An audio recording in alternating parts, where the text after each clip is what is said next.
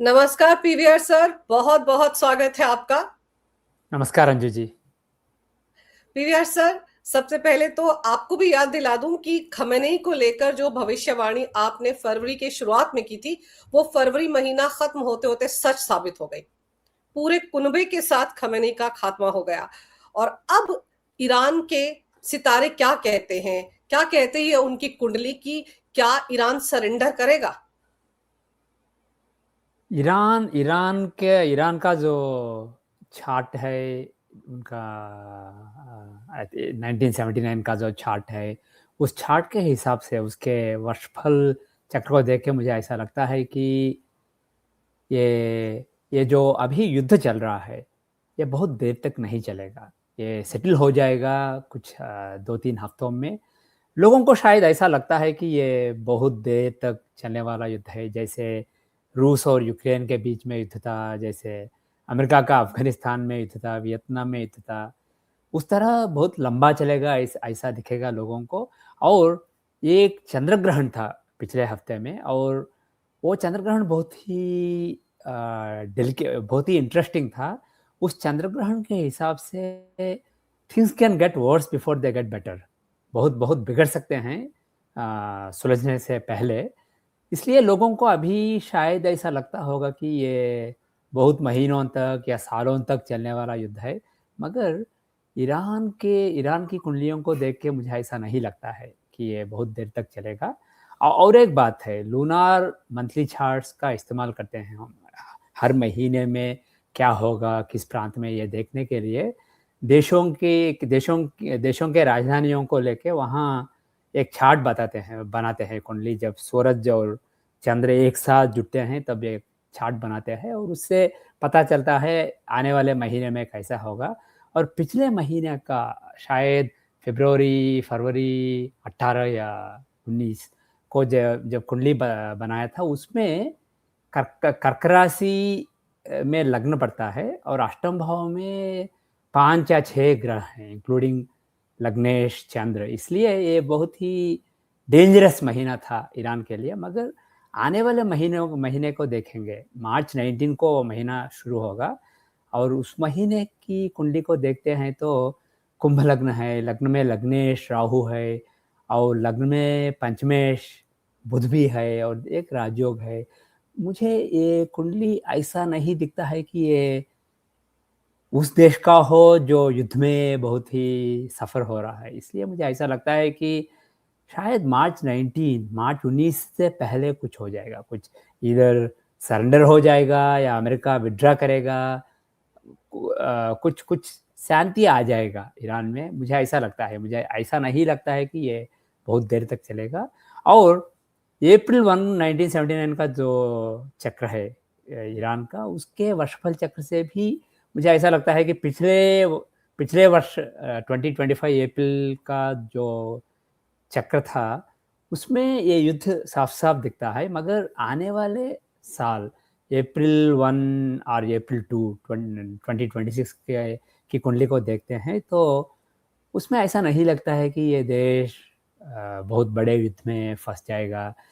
इसलिए मुझे ऐसा लगता है कि अप्रैल 2 से पहले, और शायद मार्च 19 से पहले ये युद्ध खत्म हो जाएगा।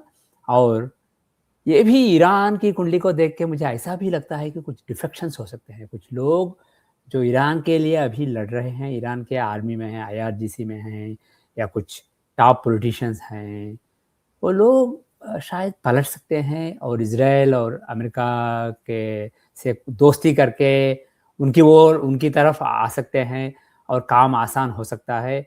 आने वाला हफ्ता जो है ये बहुत ही इंटरेस्टिंग हफ्ता है। मगर मुझे ऐसा लगता है कि लगभग मार्च 13 के आसपास कुछ इंटरेस्टिंग डेवलपमेंट्स होंगे, और मार्च 19 तक ख़त्म होगा, मैक्सिमम अप्रैल 2 तक ख़त्म होगा, मुझे ऐसा लगता है। और एक बात है कि ये एक ऐसा नेतृत्व आएगा ईरान में, नया नया नेता ऐसा ऐसा आएगा जो अमेरिका और इजराइल से दोस्ती करेगा। उन प्रो अमेरिका प्रो इजराइल रहेगा, ऐसा ऐसा कोई आदमी आएगा। और रेजिम चेंज तो लिखा था इस महीने इस साल में और वो हो रहा है। मगर ऐसा भी लगता है कि जो नया रेजिम आएगा, वो पिछले रेजिम जैसा नहीं रहेगा। वो इस्लामिस्ट रेजिम नहीं रहेगा और वो सेक्युलर रहेगा और ईरान में थोड़ा थोड़ा शांति का माहौल आने आने का ऑप्टिमिज़्म रहेगा लोगों में। और मुझे ऐसा भी लगता है लॉन्ग टर्म चार्ट्स को देख के ईरान के लॉन्ग टर्म चार्ट्स से मुझे ऐसा लगता है कि आने वाले कुछ सालों में ईरान में सेक्युलरिज़्म आने वाला है, जो भी रिलीजियस फंडामेंटलिज़्म था वहाँ पे पिछले कई सालों से, वो स्लोली वो अंत हो जाएगा और सेक्युलरिज़्म आ जाएगा और जो वहाँ का एंशिएंट रिलिजन है, ज़ोरोस्ट्रियनिज़्म और वो ज़ोरोस्ट्रियनिज़्म फिर से वापस आ जाएगा। मुझे ऐसा लगता है लॉन्ग टर्म चार्ट्स को देख के, इसलिए सारे फैक्टर्स को न नज़र में रखते हुए मैं बेस्ट असेसमेंट ये है कि ये युद्ध अब कुछ हफ्तों में खत्म होगा अप्रैल 2 तक और कुछ स्टेबिलिटी रहेगा ईरान में और ये अच्छा है या बुरा है मिडल ईस्ट के लिए, अच्छा है या बुरा है सारी दुनिया के लिए, ये कुछ इंटरेस्ट नॉट ईज़ी टू जज। ऐसा लगेगा कि ये कुछ अच्छा हो रहा है मगर लॉन्ग टर्म में उससे बुरा हो सकता है। मगर ईरान के लिए ये शायद अच्छा होगा आने वाले साल में। और पीवीआर सर, जैसे ये खमेनी खानदान जो है, खमेनी के बेटे को जिसको उस गद्दी पर बैठाने की कोशिश की, वो भी मारा गया। अब मोत्सबा खमेनी जिसको ये बनाना चाहते हैं खमेनी की जगह पे, और वो भी अमेरिका के टारगेट पर है। तो आपको लगता है कि सच में वहां पर एक खमेनी जो परिवार था इसका वर्चस्व खत्म हो जाएगा, और जो अमेरिका चाहता है, क्योंकि वो तो यहाँ पर सत्ता परिवर्तन ही करना चाहते थे, उसमें वो कामयाब हो जाएंगे? आपको लगता है कि डोनाल्ड ट्रंप पूरी तरह से सत्ता बदलने में ईरान में कामयाब हो जाएंगे और इन्हीं के मनपसंद के लोग आएंगे? तो इनकी मनपसंद के लोग बाहर से आएंगे, जैसे बांग्लादेश में आया यूनुस, या वहीं का कोई ऐसा है जो दगाबाजी करके या वहां पर बगावत करके आईआरजीसी के साथ तब वो बैठेगा? किस तरह के हालात दिखते हैं आपके चार्ट के हिसाब से? मेरे पास खमेनी जी जो हैं उनके सारे संतान जो हैं उनकी कुंडलियाँ मेरे पास नहीं हैं इसलिए इंडिविजुअली उनके बारे में मैं बात नहीं कर सकता हूँ मगर एक बात कह सकता हूँ ईरान की कुंडली को देख के ईरान के बहुत सारी कुंडलियों को देख के मंडेन चार्ट्स और इंडिपेंडेंस चार्ट वो सारी कुंडलियों को देख के मुझे ऐसा लगता है कि एक जो सत्ते में नया आएगा वो अमेरिका और इज़राइल के प्रो रहेगा, उनसे दोस्ती निभाएगा और अमेरिका के लिए एक्सेप्टेबल रहेगा और चीन के लिए प्रॉब्लम रहेगा। इसलिए मुझे ऐसा लगता है कि ये शायद ख़मेनी का वारिस नहीं होगा, ये शायद कुछ बाहर से आएगा। एक पॉसिबिलिटी ये है कि रज़ा पहलवी आ सकते हैं, जो पिछले राजा जो थे, उनके पुत्र हैं, वो वापस आ सकते हैं या कोई और वहाँ का बगावत करके वो राजा बन सकता है, आईआरजीसी का कोई आदमी और कौन जाने ये जो खमेनी का बेटा है, वो भी अमेरिका अमेरिका अमेरिका से दोस्ती करके वो अमेरिका का पपेट बन सकता है। कुछ नहीं रूल आउट कर सकते हैं मगर ये कह सकता हूँ कि रेजिम चेंज होगा और नया रेजिम जो होगा वो मोर सेक्युलर होगा। पिछले रेजिम से बढ़ के बहुत ज़्यादा सेक्युलर होगा। इस्लामिस्ट फंडामेंटलिज़्म जो था ईरान में वो गिर जाएगा और शायद मुझे ऐसा लगता है कि आने वाले 10 सालों में इस्लाम बहुत गिर जाएगा। इस्लाम के लिए ये बहुत बहुत बुरा समय है और शायद इस्लाम का गिरना ईरान से शुरू होगा। ईरान में जो ज़ोरोस्ट्रियनिज़्म वापस आएगा स्लोली, वो इस्लाम के लिए खतरनाक साबित हो सकता है लॉन्ग रन में क्योंकि दूसरे देश जो हैं मिडल ईस्ट में, दूसरे जो मुस्लिम देश हैं, वहाँ भी कुछ नेटिव रिलिजन्स हैं। सो लोग उनकी तरफ फिर से बढ़ सकते हैं। इसलिए मुझे ऐसा लगता है कि ये सेक्युलर रेजिम होगा, ये प्रो अमेरिका रेजिम होगा और अमेरिका को बेनिफिट मिलेगा इससे। इस युद्ध से अमेरिका को ऑयल इस तरह के बहुत सारे बेनिफिट्स मिलेंगे। इसलिए शायद ये खमेनी का बेटा नहीं हो सकता है मगर कुछ रूल आउट नहीं कर सकता हूँ।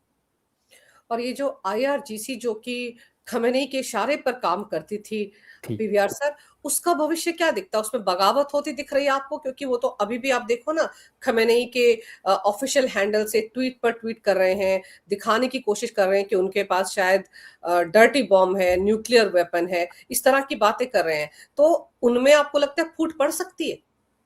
मुझे बिल्कुल ऐसा लगता है कि वो टूट सकता है, उनमें जो हिम्मत है, उनमें जो यूनिटी है, वो टूट सकता है आने वाले 10 दिनों में, वो टूट सकता है और अमेरिका और इज़राइल को विजय दे सकता है।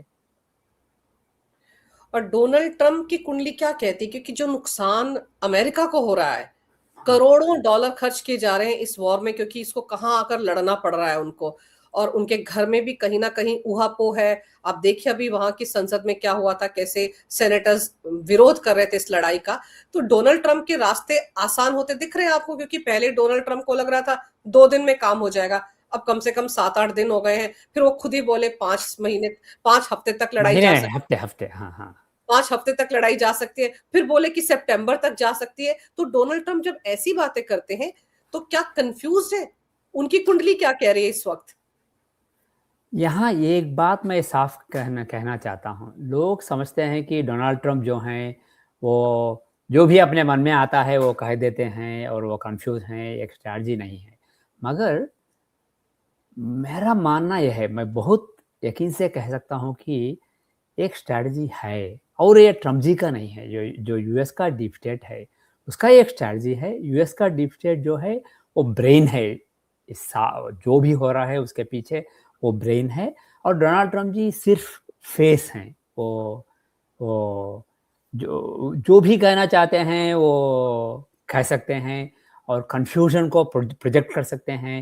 ये एडवांटेजेस है इस युद्ध में, इसलिए ये स्ट्रैटेजी है। मगर लॉन्ग टर्म में जो ईरान में करना है, जो क्यूबा में करना है, जो ग्रीनलैंड में करना है, ये सब स्क्रिप्ट किसी और ने लिख चुका है और ये जो भी वो कभी-कभी हिंट्स डालते हैं, ये रैंडम थॉट्स नहीं हैं। ये सब बहुत सारा सोचा समझा हुआ स्ट्रैटेजी है जो चीन को कॉर्नर करे और चीन का जो बढ़ावा है दुनिया में उसे कंट्रोल कर सके और यूएस का जो सुप्रीमेसी है सारी दुनिया पे उसे उसी तरह जारी रखे।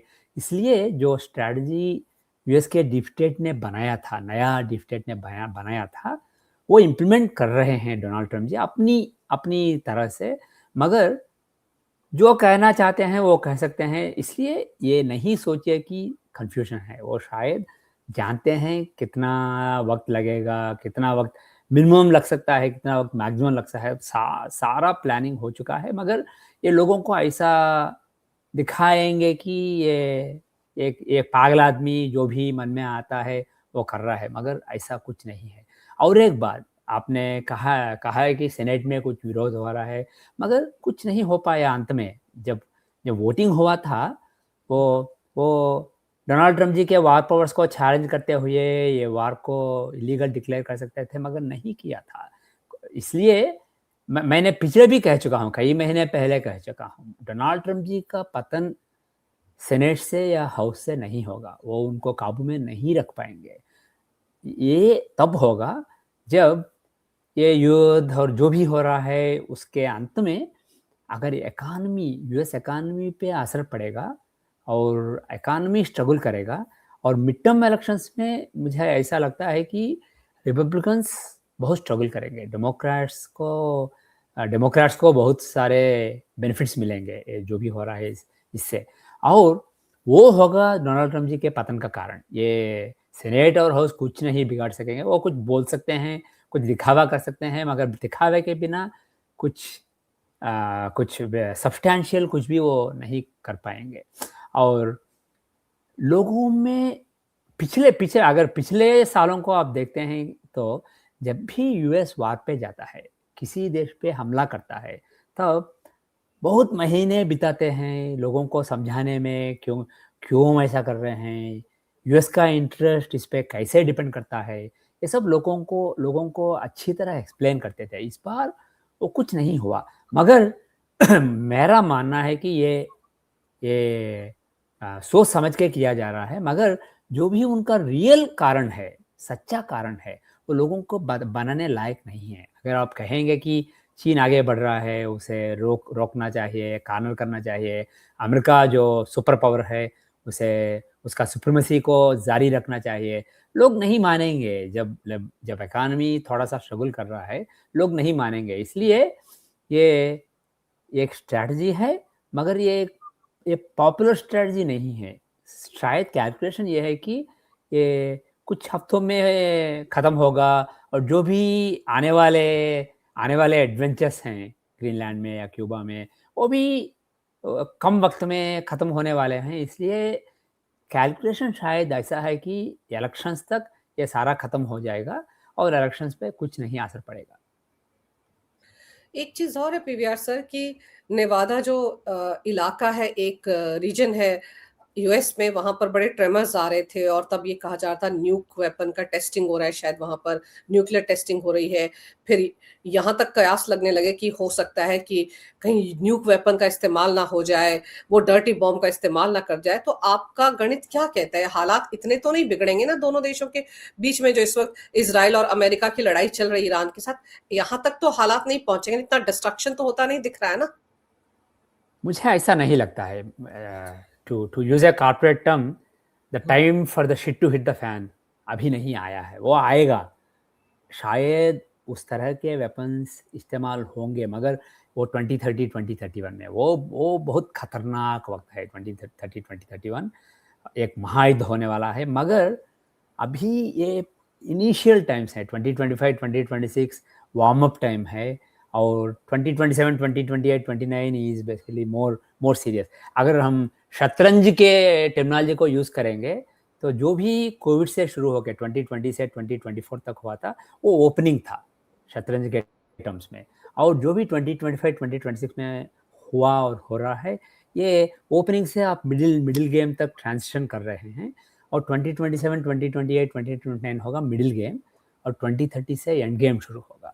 इसलिए जो भी उस तरह के वेपन्स हैं, वो शायद 2030 2031 में इस्तेमाल हो सकते हैं, मगर अभी मुझे ऐसा नहीं लगता है, उतना बुरा नहीं है।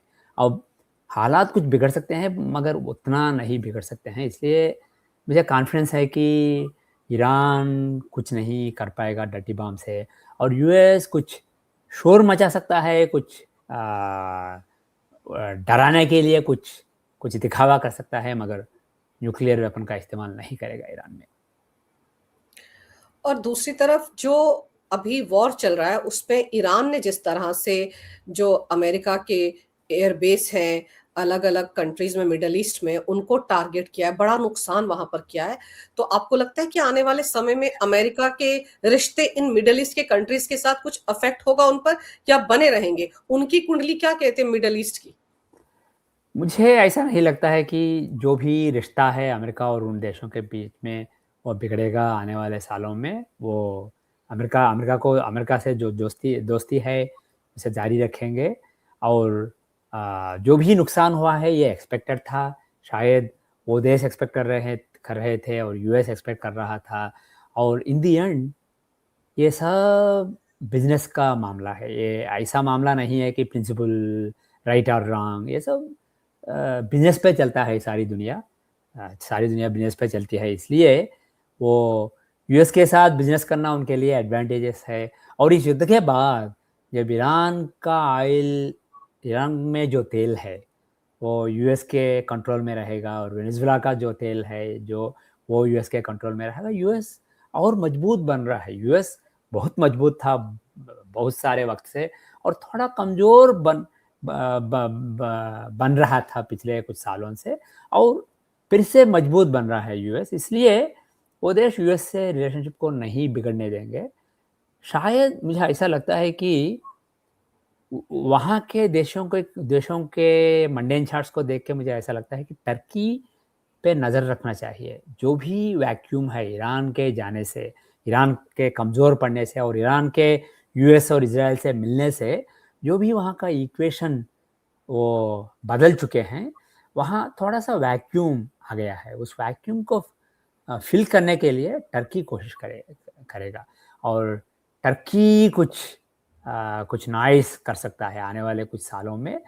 इसलिए अमेरिका को, इज़राइल को और आल्सो भारत को टर्की से होशियार रहना पड़ेगा। और ईरान ने तो टर्की को भी टारगेट किया है ना। हाँ, किया है। और ये फिर इंटरेस्टिंग बात यह है कि ईरान ने टर्की को टारगेट किया है और तब टर्की ने कहा मैं नेटो का मेंबर हूँ, आप मेरा आपको मेरा देखभाल करना है। मगर इसलिए टर्की नेटो से अच्छा रिलेशनशिप मेंटेन करने की कोशिश कर रहा है, मगर मिडल ईस्ट को डोमिनेट करने के लिए कोशिश करेगा। उससे कुछ फ्रिक्शन हो सकता है नेटो से, यूएस से। अब तो टर्की यूएस का दोस्त है, मगर वो दोस्ती बहुत बिगड़ सकती है आने वाले सालों में। और एक तरफ एक बड़ा खुलासा हुआ था कि एक पाकिस्तानी नागरिक पकड़ा गया जिसने कि हाँ। ट्रंप को मारने के लिए सुपारी दिया, और ये कहा गया कि ईरान ने ये पूरा खेल रचा है। ये खुलासा होने के बाद आपको लगता है पाकिस्तान के रिश्तों पर कुछ असर पड़ेगा अमेरिका के साथ? पहली बात, मुझे पूरा यकीन नहीं है कि ये सच है।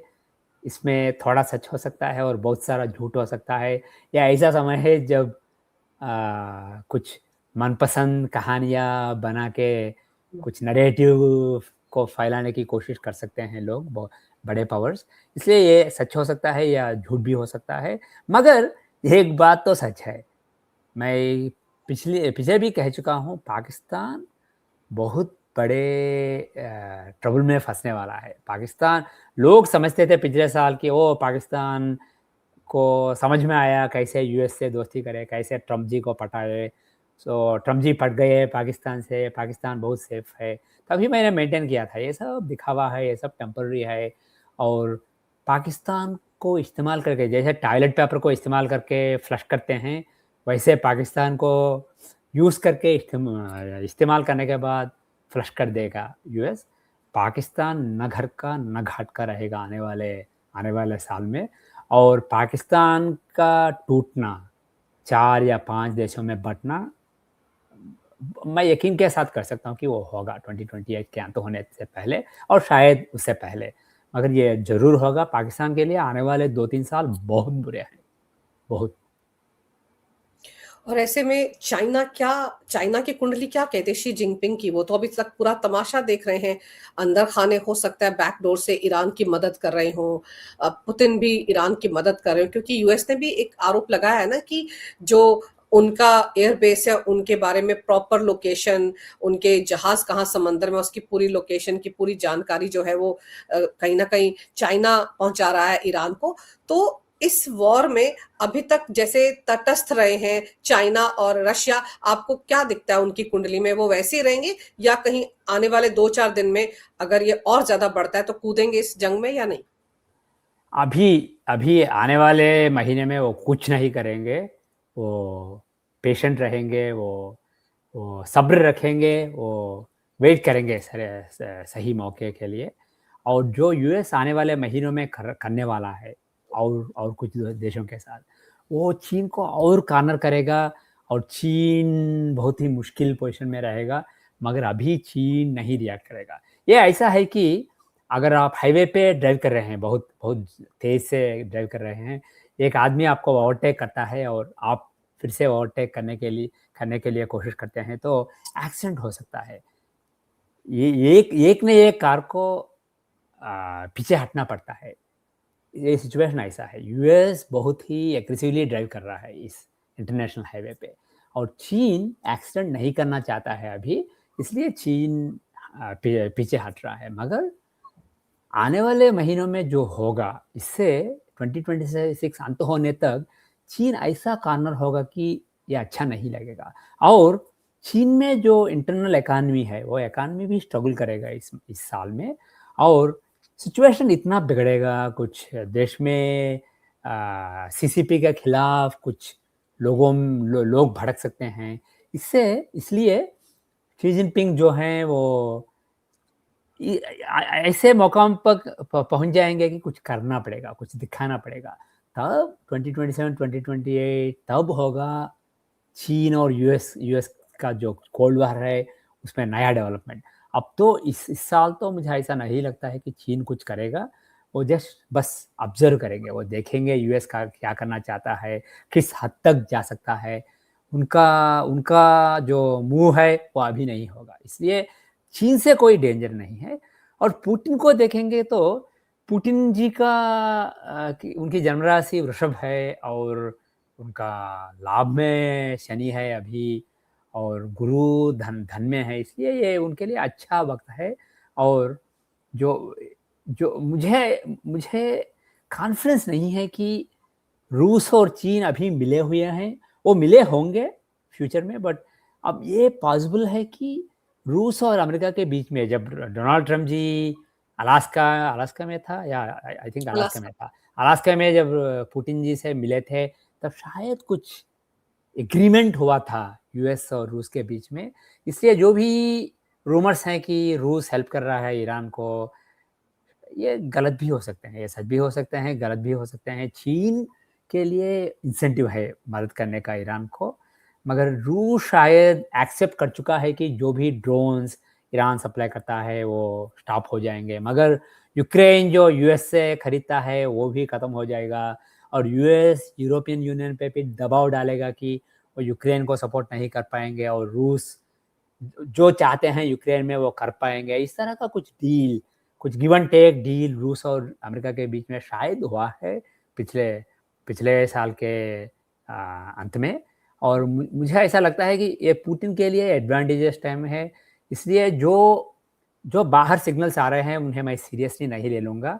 मुझे ऐसा लगता है कि रूस आने वाले कुछ महीनों में, रूस का भला हो सकता है यूक्रेन में, और अमेरिका का भला हो सकता है यूरोप में और ईरान में, और वो पार्टनर्स हो सकते हैं। मगर चीन डेफिनेटली, चीन is the main, it is US versus चीन, the fight is US versus चीन। और रूस का स्किन इन द गेम उतना नहीं है जैसा जैसे चीन का है, और शायद कुछ समझौता अभी हो चुका है यूएस और रूस के बीच में, मगर चीन तो और कॉर्नर होता जाएगा आने वाले कुछ महीनों में, और इस मकाम तक पहुंच जाएंगे 2026 अंत होने तक कि कुछ करना पड़ेगा 2027 में। और वहाँ यूएस का जो डीप स्टेट है, जो ट्रम्प जी को लीड कर रहा है इन युद्धों में, वो शायद कुछ गलती कर बैठे हैं उस उन कैलकुलेशन में, उनके गणनाओं में कुछ गलती है। वो नहीं एक्सपेक्ट करते हैं कि क्या चीन करेगा, और कुछ ऐसा करेगा अगले साल में 2027 2028 में जो वो एक्सपेक्ट नहीं कर रहे थे, इसलिए इसलिए कुछ बहुत गड़बड़ हो जाएगा, मगर इस साल में नहीं। लेकिन दूसरी तरफ जैसे तेल का खेल चल रहा है, वेनेजुएला में भी तेल पे कब्जा करना चाहता था अमेरिका। अब ईरान अगर सरेंडर कर देता, जैसे आप कह रहे हैं कि कुछ भी हो सकता है, लेकिन वॉर जो है वो 2 अप्रैल से पहले पहले खत्म होने के आसार आपको आपके गणित में दिख रहे हैं, आपको अपनी कुंडलियों में दिख रहे हैं। तो उस तेल पर भी फिर अमेरिका का कब्जा हो जाएगा। तो तब दुनिया में ये तेल के लिए कैसे बैलेंस बनाया जाएगा? क्योंकि अभी जो चल रहा है ना कि भारत को पर से सैंक्शन हटा लिया, अमेरिका ने कहा तुम रूस से तेल खरीद लो, उसको लेकर हमारे देश में भी बड़ा बवाल मचा हुआ है। जिस तरह से हमारा विपक्ष आरोप लगाता है मोदी जी पर कि देखिए वो तो बिच गए, उन्होंने तो कॉम्प्रोमाइज कर लिया। तो इस पूरी कहानी में जो चल रही है इस वक्त इजराइल, अमेरिका और ईरान के बीच में, इसमें भारत कहाँ दिखता है? मोदी जी की कुंडली क्या कहती है? वो कैसे निकलेंगे इस पूरे वॉर से, सिचुएशन से, मतलब दोस्ती बनाते हुए, बैलेंस बनाते हुए? पहली पहली बात ये कहना चाहता हूँ कि जो ये विपक्ष का आरोप है कि वो अमेरिका को बिक गए हैं, अमेरिका ब्लेसिंग दे रहा है, अमेरिका एग्जम्पशन दे रहा है। भारत ने रूस के तेल को खरीदना कभी नहीं छोड़ा था। वो पिछले भी खरीद रहे थे, अभी खरीदेंगे। और जो यूएस ने कहा है वो सिर्फ भारत के लिए नहीं है, ये जो जो भी रूस से खरीदना चाहता है एग्जाम्पशन दिया था, मगर जब एग्जाम्पशन नहीं था तब भी भारत खरीद रहा था। इसलिए ये सब नरेटिव है, ये सब इसमें सच नहीं है, ये सब नरेटिव बिल्डिंग है। वो ऐसा नरेटिव खड़ा करना चाहते हैं कि मोदी जी कॉम्प्रोमाइज़ हो चुके हैं, एफ-18 को लेके, अदानी को लेके कुछ कॉम्प्रोमाइज़ हो चुके हैं, और वो यूएस के हाथ में एक पान बन चुके हैं, पान की तरह वो मूव कर रहे हैं। ये सब इसमें बहुत थोड़ा सच है और ज़्यादा झूठ। मगर एक बात है, मोदी जी की कुंडली को देख के और भारत की कुंडली को देख के मुझे ऐसा लगता है कि रही बात अंतर्राष्ट्रीय संबंधों की, रही बात ये अंतर्राष्ट्रीय युद्धों की, भारत जो भी करना चाहता है, अपनी भूमिका को बहुत अच्छी तरह निभाएगा भारत। भारत किसी को अपने को कॉर्नर करने का मौका नहीं देगा भारत। कॉर्नर नहीं होते हुए सारे ऑप्शंस को अवेलेबल रखेगा इस साल के अंत तक। भारत बहुत ही काबिलियत के साथ इस युद्ध के बीच में, इस युद्ध और आने वाले युद्धों के बीच में भारत बहुत काबिलियत के साथ बिहेव करेगा। मगर रही बात देश के अंदर की, जो भी देश के अंदर हो रहा है, तब ये ऐसा वक्त है कि डोमेस्टिकली ये सरकार कुछ गलतियां कर सकता है इस वक्त में, कुछ सेल्फ गोल्स को स्कोर कर सकता है। जैसे मैंने पहले कहा था, अपने पैर पे कुल्हाड़ी, उस तरह का समय है मोदी जी के लिए और बीजेपी के लिए। मगर जैसे मैंने पहले भी कह चुका हूँ, कांग्रेस और राहुल गांधी जी की कुंडलियां और भी कमजोर हैं। जो भी कमजोरी बीजेपी और नरेंद्र मोदी जी की कुंडलियों में दिखती है, उससे बहुत ज़्यादा कमजोर हैं वो सारे। इसलिए उसका फायदा नहीं उठा सकेगा विपक्ष। मगर अगर काबिल विपक्ष है तो ये सारी बातों को लेके नहीं, तेल, रूस का तेल, ईरान में जो युद्ध हो रहा है वो, और इजराइल का जो विजिट हुआ था वो, और ईरान का जो नेवल शिप डूब गया था वो, ये सारे ये सारे ये सारी बातें व्यर्थ बातें हैं। इन पे बात करके कुछ नहीं होने वाला है। मगर अगर बात करें तो कुछ होने वाली चीजें भी हैं। मगर ये समय ऐसा है, कुछ बातें हो सकते हैं, कुछ कमजोरियां हो सकती हैं, मगर उनको एक्सप्लॉइट करने में नाकाम रहेगा कांग्रेस पार्टी और राहुल गांधी जी। अब कांग्रेस पार्टी में तो देखिए ना कैसे उथल पुथल मची है। पीवीआर सर की खamenei की मौत पर भारत ने संदेश नहीं दिया, सांत्वना प्रकट नहीं की, उसको लेकर एक इशू बनाया गया, लंबी चौड़ी चिट्ठी लिखी गई। और यही जो हमारे विपक्षी नेता है, खासतौर पर सोनिया गांधी, एडिटोरियल लिख डाला। इनको तब कभी एडिटोरियल की याद नहीं आई जब पहलगाम में आतंकवादी हमला हुआ था, हाँ। धर्म पूछ पूछ कर हिंदुओं को टारगेट किया गया, तब याद नहीं आया। उस वक्त भी याद नहीं आया जब 7 अक्टूबर 2023 को हमास के आतंकवादियों ने इजराइल में घुसकर कैसी दरिंदगी की थी, तब भी याद नहीं आया। लेकिन इनको खamenei के साथ खड़े होने में पता नहीं वोट बैंक दिख रहा था। तो ये सोनिया गांधी, राहुल गांधी, प्रियंका, कांग्रेस, इनकी कुंडली क्या कहती है? ये ऐसी रायता फैलाते रहेंगे? ऐसा ही यूजलेस रहता फैलाते रहेंगे और उसमें अपने स्वयं डूब जाएंगे। जैसे मैंने कहा है, ये ऐसा समय है डोमेस्टिक राजनीति को देख के मुझे ऐसा लगता है कि आंतरिक राजनीति के दौर से ये बीजेपी और मोदी जी के लिए ऐसा वक्त है जब अपने पैर पे कुल्हाड़ी को चलाएंगे।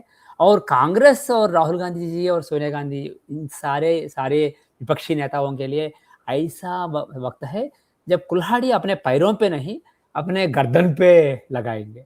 ये ऐसा वक्त है। इसलिए बीजेपी कमजोर है, मगर कांग्रेस और कमजोर है। और जैसे वो कहते हैं, बुद्धि कर्मानुसारिणी, अगर ये वक्त आपके बुरे कर्मों का फल को भुगतने का वक्त है, तो आपके नज़र में जो भी आपका फायदामंद बात है, वो आपके नज़र में नहीं आएगा। जो भी आपके लिए नुकसान वाली बात है, उस पे आप नज़र डालेंगे, उस पे फोकस करेंगे। अनफॉर्चुनेटली ये ऐसा वक्त है कांग्रेस के लिए और राहुल जी के लिए।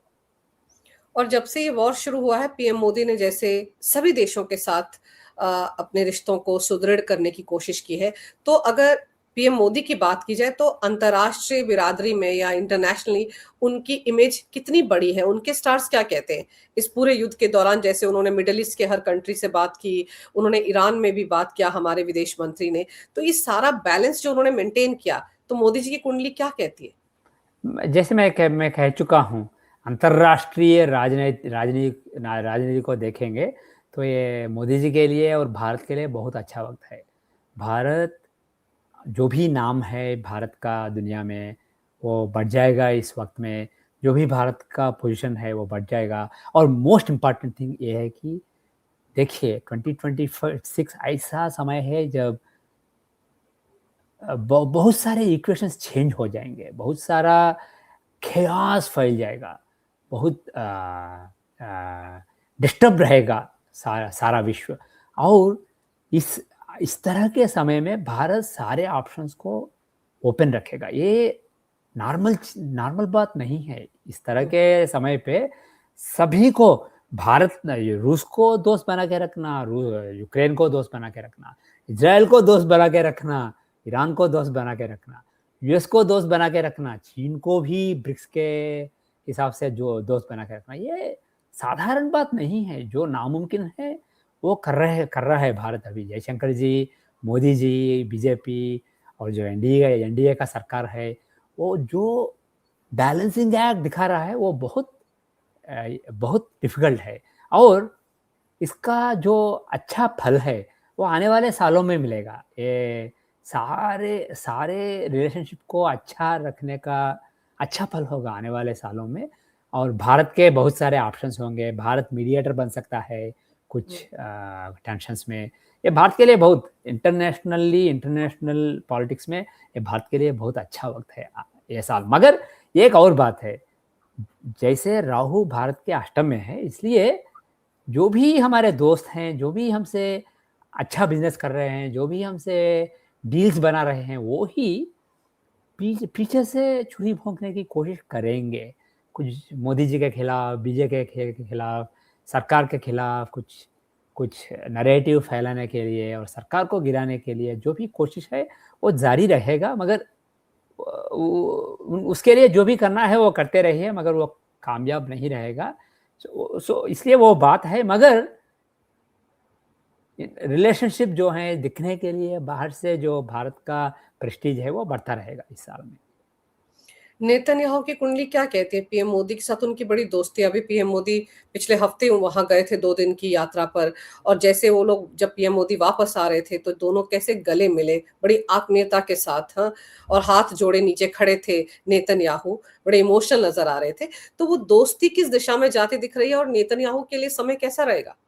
मेरे पास नेतन्याहू जी का बर्थ टाइम नहीं है, उनका ओनली बर्थ डेट अवेलेबल है, इसलिए उनकी कुंडली हमारे पास नहीं है। मगर इजराइल की कुंडली देखते हैं तो उनका भी कर्क राशि है, भारत का भी कर्क राशि है, सेम नक्षत्र है, सेम राशि है। इसलिए वो इजराइल और भारत जो हैं ये दोस्त बनने के लिए बने हैं।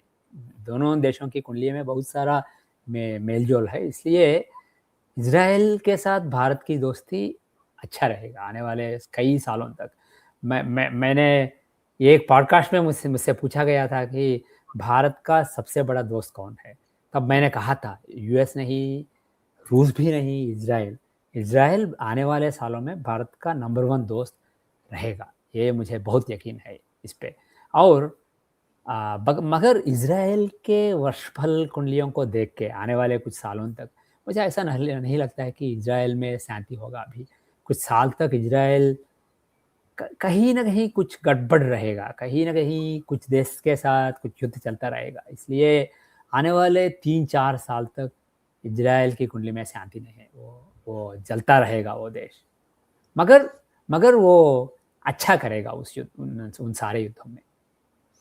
अभी भी जैसे आप कह रहे हैं कि ईरान के साथ जो युद्ध है वो जल्दी खत्म होता दिख रहा है, ईरान सरेंडर भी कर सकता है, तो ये इजराइल के लिए तो जीत ही है, क्योंकि हाँ, इस वक्त हाँ, इजराइल के लिए सबसे बड़ा दुश्मन तो ईरान ही है ना। और उसके हाँ। वहां से खमेनी की सत्ता हटाने की ही तो सबसे बड़ी उन्होंने ठान रखी थी, कि इसीलिए युद्ध किया कि वो कहीं न्यूक वेपन ना बनाए। तो वो तो उसमें तो कामयाब होता दिख रहा है वो इजराइल। कामयाबी है। मगर ईरान ईरान से जो ईरान से जो खतरा है वो खत्म होते ही जो भी ईरान के प्रॉक्सीज हैं वो और कोई ढूंढ लेंगे, और कोई रास्ता ढूंढ लेंगे। और जैसे मैंने कहा था टर्की उनको रिप्लेस करने की कोशिश करेगा। सो बहुत सारे इक्वेशंस चेंज होने वाले हैं। मगर जल्द ही इजराइल और कोई रायता में फैल जाएगा, और कोई टेंशन, युद्ध या कोल्ड वार में फंस जाएगा। बिल्कुल, क्योंकि समीकरण बदलते रहते हैं, ग्रह नक्षत्रों की जो पोज़ीशन है वो बदलती रहती है, लेकिन इज़राइल के ग्रह नक्षत्र में आपको युद्ध दिख रहा है कि वो कहीं न कहीं किसी न किसी के साथ उलझा रहेगा, ये ऐसे हैं। लेकिन फ़िलहाल तो जो आप बता रहे हैं कि 2 अप्रैल से पहले-पहले ऐसे आसार बन रहे हैं कि ये ईरान के साथ जो युद्ध चल रहा है इज़राइल और अमेरिका का, ये ख़त्म होता दिख रहा है और जैसे आपने कहा भारत मीडिएटर बन सकता है। मुझे लगता है क्या पता इस युद्ध में भी कहीं न कहीं कोई न कोई रोल पीएम मोदी का हो, भारत का हो, हो खत्म सकता करने में, क्योंकि वही है जो ईरान से भी बात कर रहे हैं, अमेरिका से भी बात कर सकते हैं, इज़राइल में भी बात कर सकते हैं, तो ये भी हो सकता है, कौन हो जाने? सकता है, हो सकता है। पीवीआर सर, आपने समय निकालकर बहुत ही विस्तार से दुनिया कहाँ जा रही है इस युद्ध के चलते, कौन क्या कर रहा है, किस तरह से उनके ग्रह नक्षत्र बदल रहे हैं, इस बारे में बहुत ही विस्तार से बड़ी अहम जानकारी मेरे दर्शकों को दी। आपका बहुत-बहुत धन्यवाद। नमस्कार, भारत माता की जय, वंदे मातरम, जय श्री राम। जय हिंद, जय श्री राम।